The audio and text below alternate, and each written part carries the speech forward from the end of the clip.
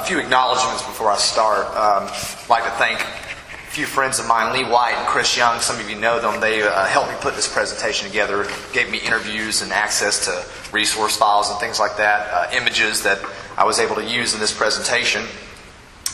Gary, who's become a good friend, and the Center for Civil War Photography for inviting me. I am an 8th grade social studies teacher, and so the opportunity to do this kind of thing, thank you.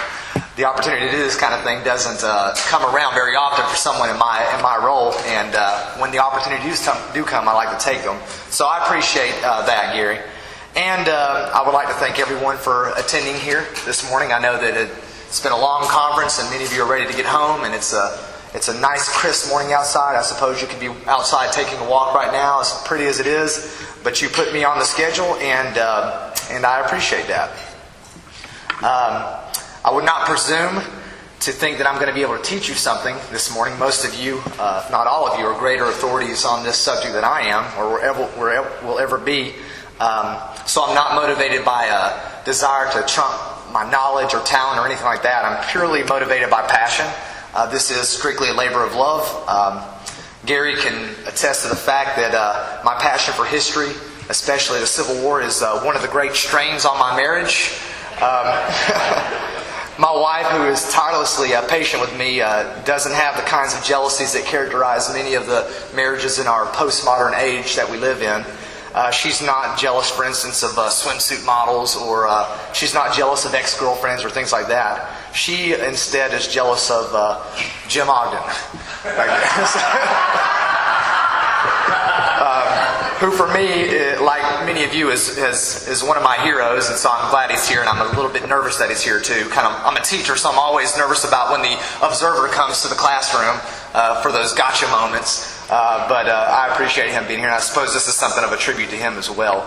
I am a little nervous because just in talking with some of you, knowing the great amount of knowledge that many of you have, and here I am coming to talk about paintings in a seminar about photography. I feel, as I was telling Jim earlier, I feel like a Red Sox fan who's in a bar full of Yankees fans after that first drink has triggered the barroom militancy. I am not going to be talking about photography. I'm talking about photography's evil, distant cousin, paintings. But this is the Image of War seminar. And as Jim was telling me before, most of Walker's paintings he based upon photographs. And he meticulously took interview records and notes and things like that. And so there's some substance to them. I wouldn't be giving this presentation, of course, if it were not for General Fighting Joe Hooker slide.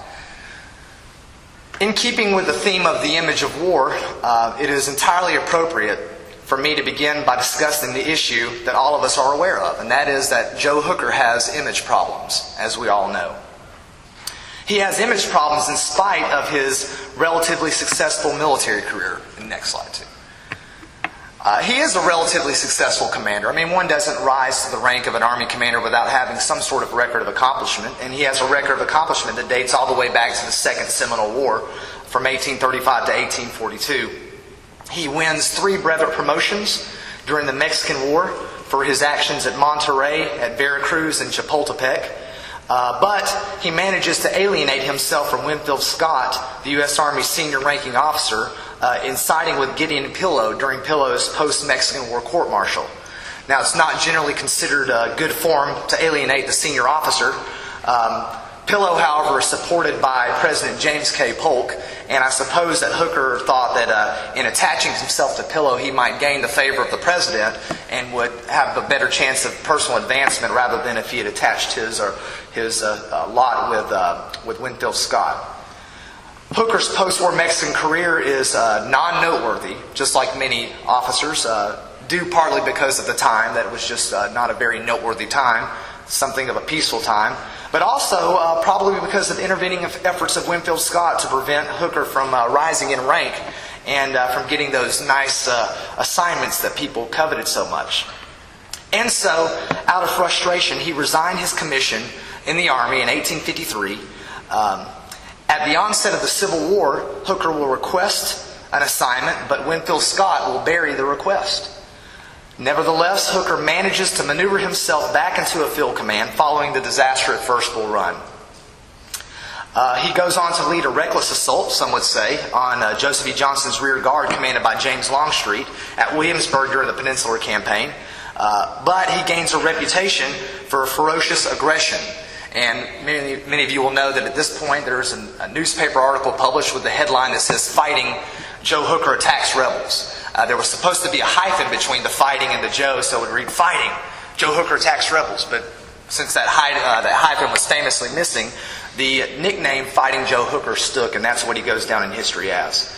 He is one of only a few federal officers to turn in a reasonably respectable performance during the fiasco that was Second Bull Run, and he enjoyed some of his finest hours in field command in fights against D.H. Hill at South Mountain and against Stonewall Jackson at Antietam, where he is seriously wounded in the foot and has to be removed from the field. So no one can doubt his courage, certainly. Nevertheless, Hooker has image problems. He has image problems in spite of his own inflated self-image, his ego. Evidence of Hooker's famous inflated self-image can be seen all the way back into his West Point career. Though he earned outstanding grades, he gained a reputation for being arrogant, abrasive, and argumentative, due partly to his commitment to abolitionism. As a good Massachusetts man, he was an ardent abolitionist, and this infuriates many of his Southern classmates there at West Point.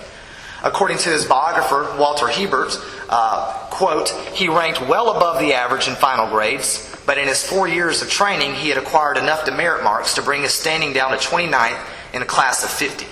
He was independent, outspoken, quick to take offense, and it is certain that these contributed to the share of his total demerits."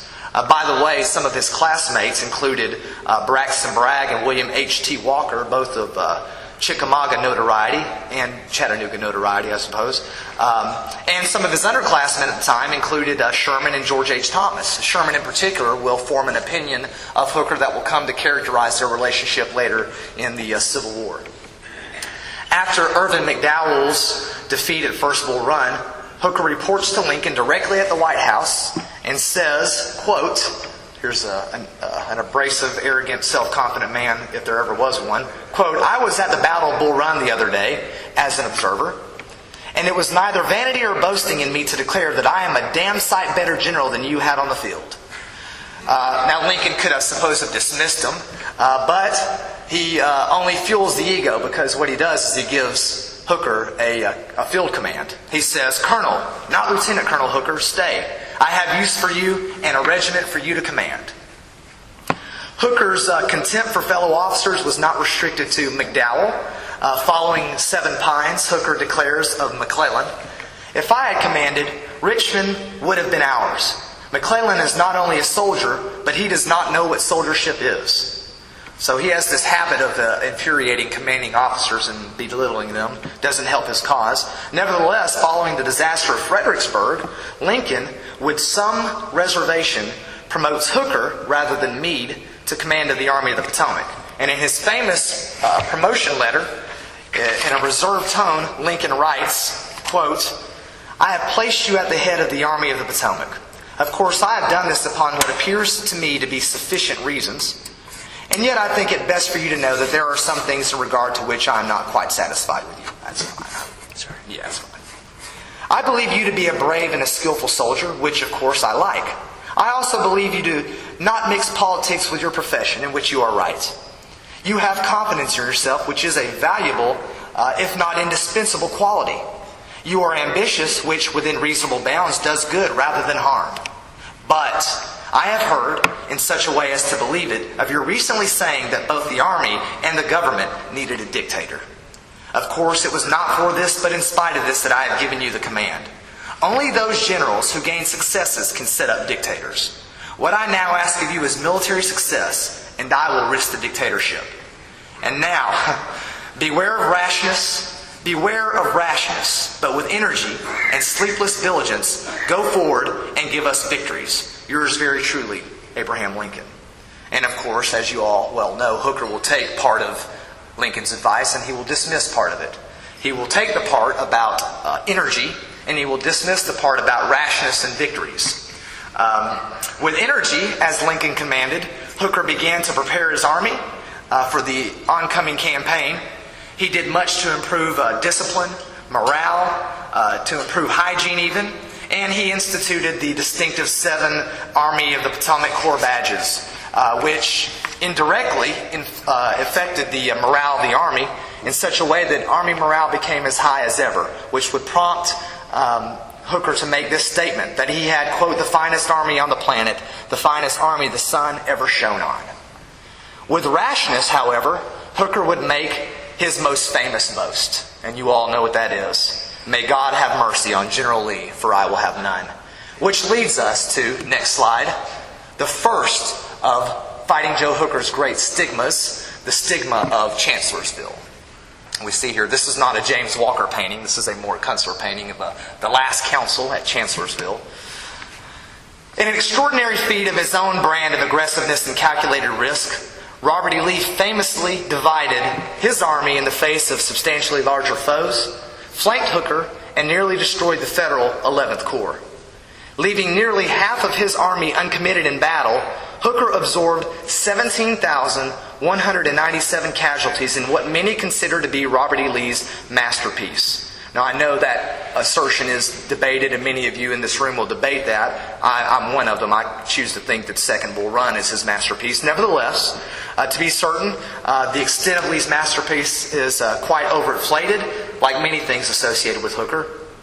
But Hooker will forever go down in history as the man who is on the losing end of Robert E. Lee's greatest victory. And nobody wants to be on the losing end of someone else's greatest victory, much less Robert E. Lee's greatest victory. He is relieved of the command of the Army of the Potomac, as you know. Nevertheless, his finest moments, some would suggest, were still in his future, though they would not come easy to him. They would require him to serve alongside 2 officers with whom he had, at best, strained relationships, and in reality, just awful relationships. And that, of course, is General Sherman and General Grant. Why, you might ask, was Hooker's relationship with Grant and Sherman so strained? Well, with Grant, it's a little more problematic. Both George Thomas and Hooker were to make the mistake of not showing Grant the proper deference demanded by military etiquette when Grant arrives to Chattanooga to take command of Federal forces following the defeat at Chickamauga. But very likely, according to Hebert, Hooker's biographer, Grant's opinion of Hooker had been influenced by the opinion of his trusted lieutenant, William Tecumseh Sherman, who had told Grant in advance of Chancellorsville, quote, I know Hooker well, and I tremble to think of his handling 100,000 men in the presence of Lee. I don't think Lee will attack Hooker in position because he will doubt it will pay. But let Hooker once advance or move laterally, and I fear for the result. Grant will take this comment to heart, and it will color his opinion of Hooker. Perhaps Sherman now was critical of Hooker's aggressiveness, as displayed in battles up to that point. They had shared a common battlefield before in the Eastern Theater. Perhaps, however, Sherman was motivated by animosity stemming from the pre-war days. To assuage some of the boredom of peacetime Army life, Hooker began to spend his days drinking, gambling, and of course womanizing, financing these habits through loans from acquaintances including Henry Halleck and none other than Sherman. When he resigned his commission in frustration in 1853, Hooker conveniently forgot to make arrangements to pay Sherman back, and Sherman, of course, never forgets that. So I think that probably that has something to do with Sherman's ill will. Maybe not everything, but certainly a part of it. Nevertheless, while serving under Grant and alongside Sherman, Hooker achieves his signature victory, using 3 divisions to assault Confederate troops on the slopes of Lookout Mountain, helping to dislodge the Confederates, break the siege of Chattanooga, force a full-scale Confederate retreat to Dalton, Georgia, and make possible the subsequent campaigns for Atlanta the following campaign season. Hooker's accomplishments at Chattanooga would go unheralded, however. Grant's report suggested that Hooker's unexpected success on Lookout Mountain and his advance up Missionary Ridge from Rossville Gap had actually upset Grant's intended scheme of maneuver. Though William F. Smith, the chief engineer of the Army of the Cumberland, asserted that Hooker's actions had won the Battle of Chattanooga. Hooker's accomplishments would not be acknowledged by Grant. Indeed, when Grant is promoted to command of all Federal forces, neither Hooker nor Thomas, the commanders who had performed best in the battles for Chattanooga, are chosen to replace Grant as commander of the Department of the Mississippi. That command is given to the person who Grant trusts the most, also the man who turned in the worst record at Chattanooga, and you know who that is, General Sherman. He will get the job. A greater insult, however, will come during the campaigns for Atlanta the next season. Following the death of Major General James McPherson, commander of the Army of the Tennessee during the Battle of Atlanta on July 22, 1864, command would have presumably been given to Hooker, the most senior commander, next in line. Sherman, however, passes over Hooker and promotes Hooker's subordinate, Oliver O. Howard, to command. Now, of course, you all know that Hooker has a bad taste for Oliver O. Howard in his mouth, stemming from Chancellorsville. Howard had his own role to play in Hooker's stigmatizing defeat at Chancellorsville as the commander of the ill-fated 11th Corps. In response, Hooker offers his resignation, saying, "I have learned that Major General Howard, my junior, has been assigned to the command of the Army of the Tennessee. If this is the case, I request that I may be relieved from duty with this army. Justice and self-respect alike require my removal from any army in which rank and service are ignored." Lincoln accepts the resignation, and Hooker spends the remainder of the war serving in peripheral roles, which will lead to the second great stigma of Joe Hooker. And that is the stigma of Grant and Sherman, primarily the stigma of Grant and Sherman's post-war memoirs. As you know, Grant and Sherman emerged from the war as the two great heroes of the Union. This seems kind of strange to us. Those of you who have read the writings of Gary Gallagher will know how it is the lost cause that is dominating common understandings and perceptions of the war. So the great heroes today are not Grant and Sherman, but Lee and Jackson. However, in the aftermath of the war, it is Grant and Sherman who are no doubt heroes. And their recollections of the war and their assessments of fellow officers in many ways will color the perceptions of fellow officers in the minds of the general public. Sherman would carry his animosity towards Hooker to the grave, describing him, quote, as an envious, imperious braggart for whom self always prevailed. Grant, though he would be in his 1885 memoirs a little more magnanimous towards Hooker, acknowledging his achievements, does not do so without qualification. He says, "Of Hooker I saw but little during the war. I had known him very well before, however. Where I did see him at Chattanooga, his achievement in bringing his command around the point of Lookout Mountain and in the Chattanooga Valley was brilliant." What a turn of direction here for Grant. "I nevertheless regarded him as a dangerous man. He was not subordinate to his superiors. He was ambitious to the extent of caring nothing for the rights of others. His disposition was, when engaged in battle, to get detached from the main body of his army and to exercise a separate command, gathering to his standard all he could of his juniors. The opinions of Grant and Sherman, the two great Union heroes, would greatly tarnish Hooker's post-war image." And then finally, and I don't mean to be crass or funny or edgy here, but we have the third of Hooker's great stigmas, number 3, the lifestyle stigma. Of course, any of you who hear the name Hooker, the first thing that you automatically think of is the legend of Hooker and the women of the night. This is probably the most enduring and popular features of Hooker's damaged image in the overinflated self-conception and popular conception of Joe Hooker. The myth of his lifestyle choices extend to the present day, particularly Hooker's penchant for women, whiskey, and gambling. To be sure, Hooker was fallible, not only for his ego, but for his dabbling in certain vices, including those that I just mentioned, but many of his contemporaries shared in those vices. As previously noted, Hooker amassed a debt financing his drinking and gambling habit. Both Hebert and Stephen Sears, however, suggest that his reputation for vice is perhaps exaggerated, like everything else with Hooker. Sears asserts that regarding Hooker's reputation as a drunk, there is no basis to the claim that Hooker was ever publicly intoxicated or drunk on duty, as some would suggest.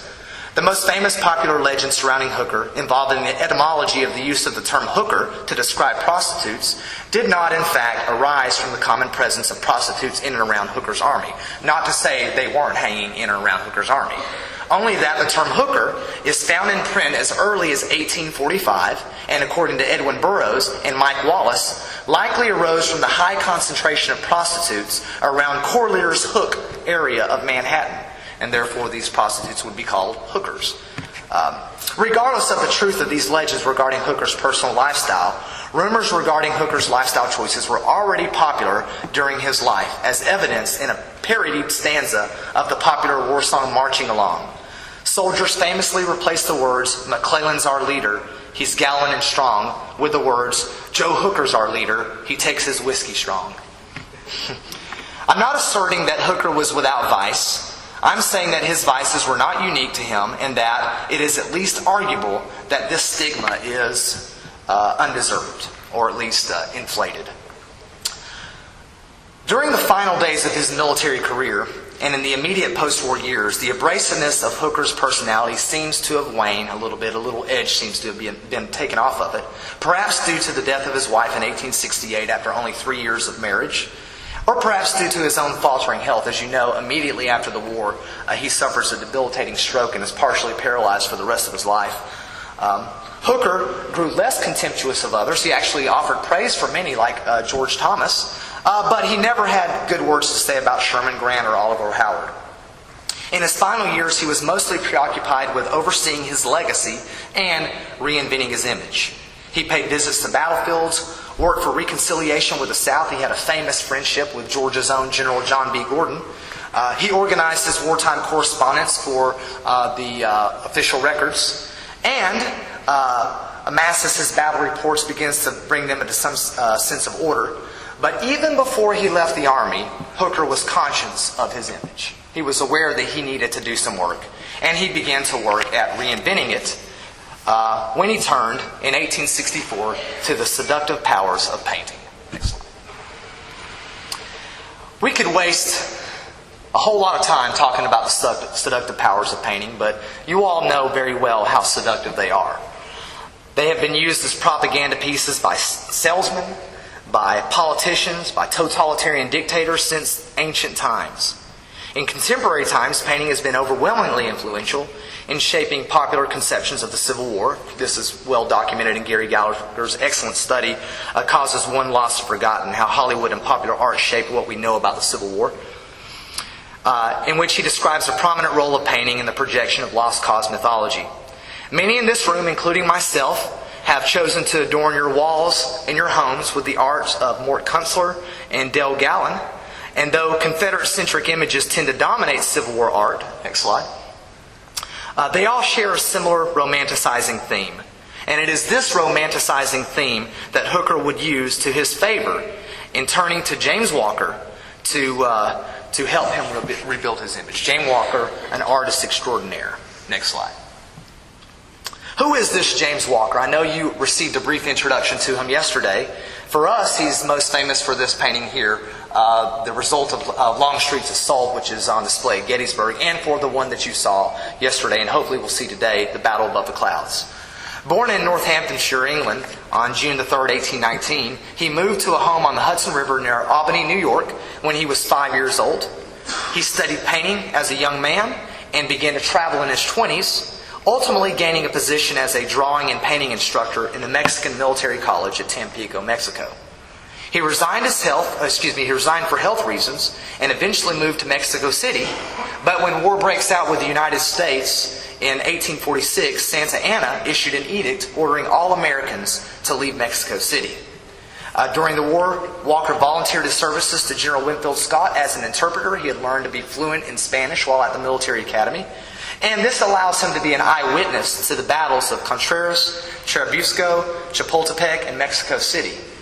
While attached to the Army, he made many sketches of the battles, which he expanded into paintings following the war, including most famously the Battle of Buena Vista, the Battle of Cerro Gordo, the Battle of Chapultepec, General Winfield Scott reviewing his troops, and Sherman at Chapultepec. The storming of Chapultepec. He established a private studio in New York City in 1850 and launched a remarkable career as a professional artist.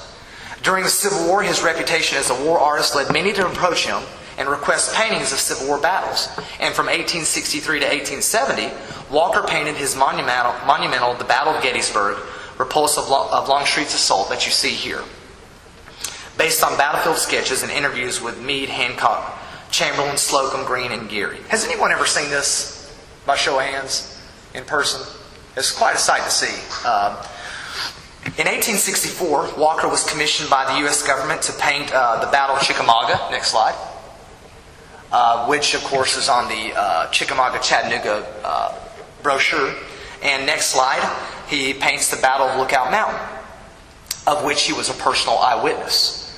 Ultimately, Walker's artistic resume would include, next slide also, would include approximately 25 pieces of Mexican War art, to include both painting and sketches, 30 Civil War pieces, 1 Franco-Prussian war piece, 35 Western scenes, 1 landscape, and 1 self-portrait, for a total of 96 pieces. He had firmly established himself as one of the most respected military artists of his time. And this is the artist extraordinaire that Hooker will turn to help reinvent his image. James Walker had been a personal eyewitness to the Battle of Lookout Mountain, as I said earlier.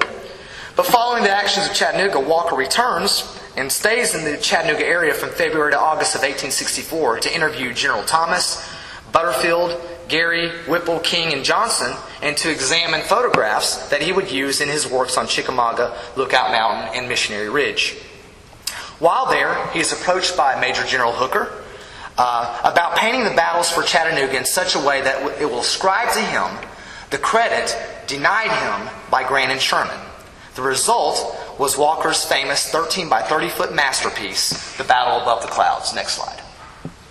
And this, of course, does not do the painting justice. This is a scan of a postcard. You really have to see it in person. I hope you will. If you don't go see it, you're not really getting your money's worth out of this experience here this weekend.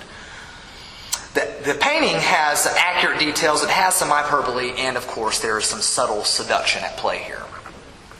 The painting is remarkable in that it shows a great amount of attention to detail. Again, he uses interviews, he uses photographs to meticulously craft this work.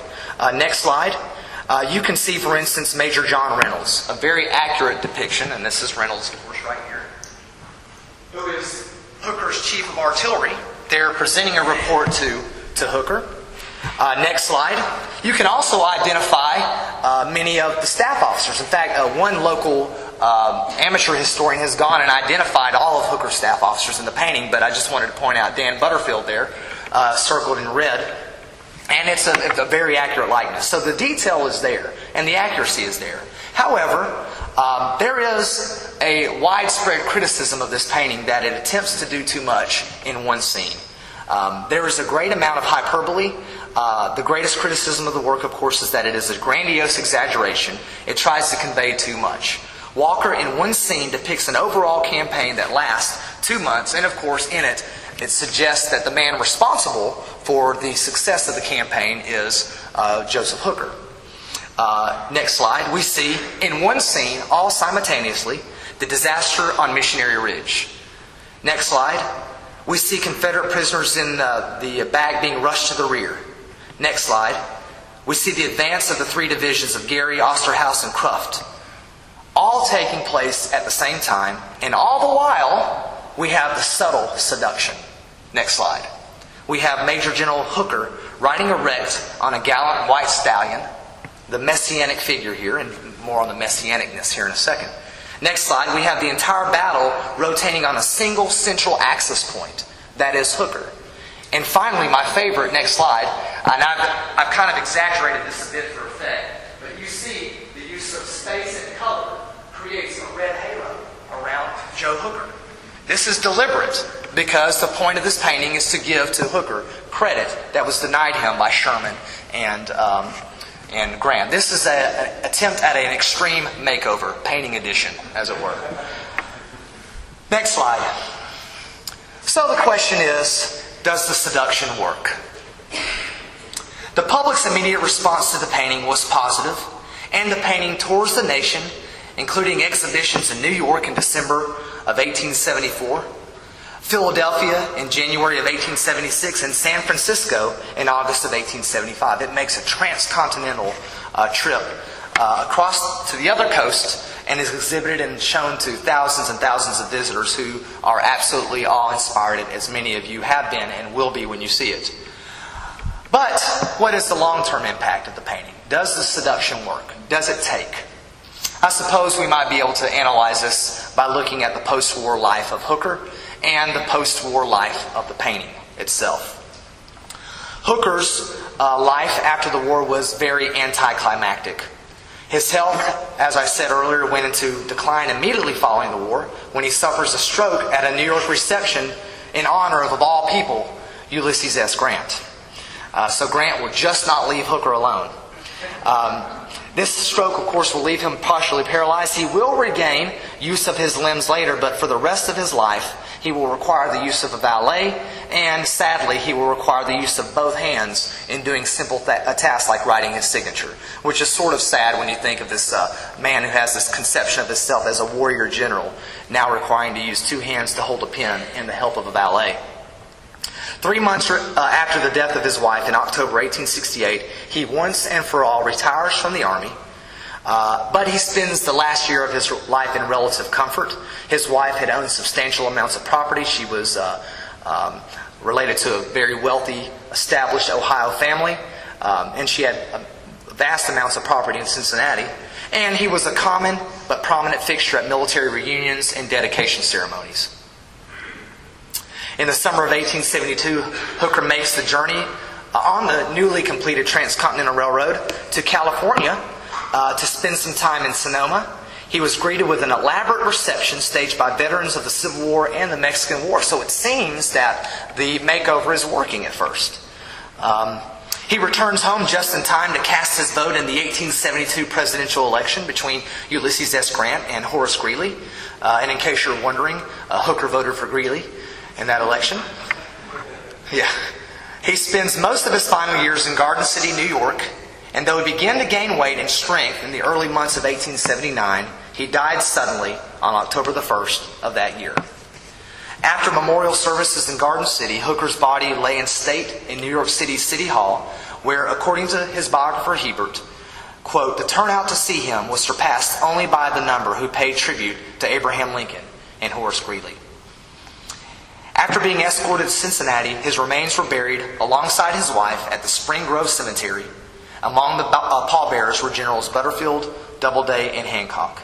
It seems then that the makeover worked, but then of course there are the stigmas, aren't there, that seem to endure well beyond his life.